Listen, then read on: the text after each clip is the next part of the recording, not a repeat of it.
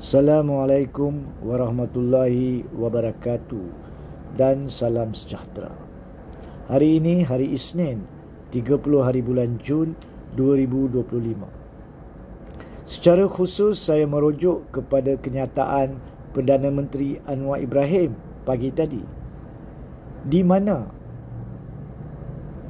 Anwar Ibrahim secara salah menuduh kononnya isu 2 kerusi tertinggi kehakiman yang akan menjadi kosong esok dan lusa sedang kononnya dipolitikkan oleh orang ramai. Salah. Pertama sekali, bukannya kami pengamal undang-undang ataupun para akademik dan pengulas sistem tadbir urus negara yang mempolitikkan isu ini. Ianya dipolitikkan oleh Anwar Ibrahim sebagai Perdana Menteri yang mempunyai tanggungjawab memberi nasihat kepada Agong tentang lanjutan ataupun penukaran yang dia telah gagal untuk lakukan untuk tempoh yang munasabah. Keduanya, kalau Ketua Hakim Negara dan Presiden Mahkamah Rayuan bersara esok dan lusa tanpa lanjutan tempoh, adakah Anwar Ibrahim tahu bahawa ia akan memberi kesan yang mudarat kepada kedua-dua mahkamah teratas, iaitu Mahkamah Persekutuan dan juga Mahkamah Rayuan, kerana mereka inilah yang menjadi ketua dan tadbir urus kedua-dua mahkamah itu, di mana struktur penentuan panel, iaitu hakim-hakim yang akan mendengar setiap rayuan, setiap permohonan, ditentukan mengikut jadual setiap 2 minggu atau sebulan oleh mereka di Mahkamah Persekutuan dan Mahkamah Rayuan.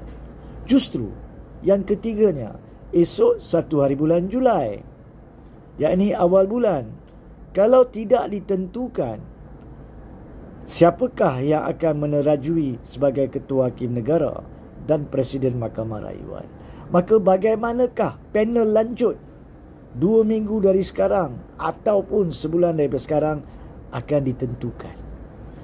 Kerja dan tanggungjawab hakim-hakim lain dalam Mahkamah Persekutuan dan Mahkamah Rayuan akan terbantut disebabkan kecuaian dan kegagalan Perdana Menteri yang bermain politik dengan sistem kehakiman.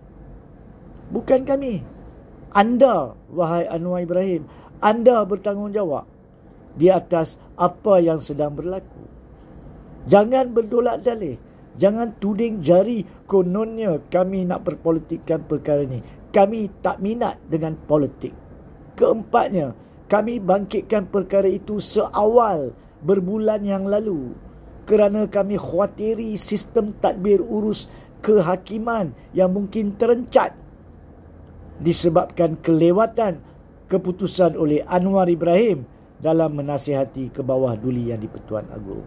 Justru berlaku adillah kepada rakyat Malaysia, berlaku adillah kepada kami sebagai peguam pengamal undang-undang, berlaku adillah kepada kesemua hakim lain di Mahkamah Persekutuan dan Mahkamah Rayuan, supaya mereka tidak terganggu kerja mereka berkaitan dengan tanggungjawab mendengar rayuan maupun permohonan. Akhir sekali, saya nak tanya, apakah peranan yang telah dimainkan oleh Menteri Undang-Undang dan Reformasi Institusi Azalina Osman Said?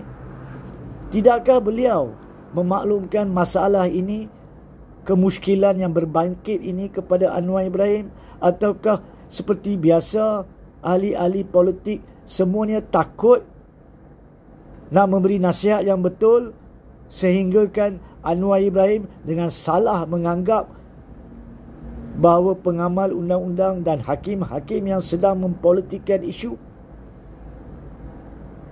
Saya harap Azalina Osman Said dapat jawab perkara ini. Dan Anwar Ibrahim, sila lakukan tugas anda sebagai Perdana Menteri perihal pelantikan, isu pelantikan kehakiman dalam tempoh kurang daripada 24 jam ini.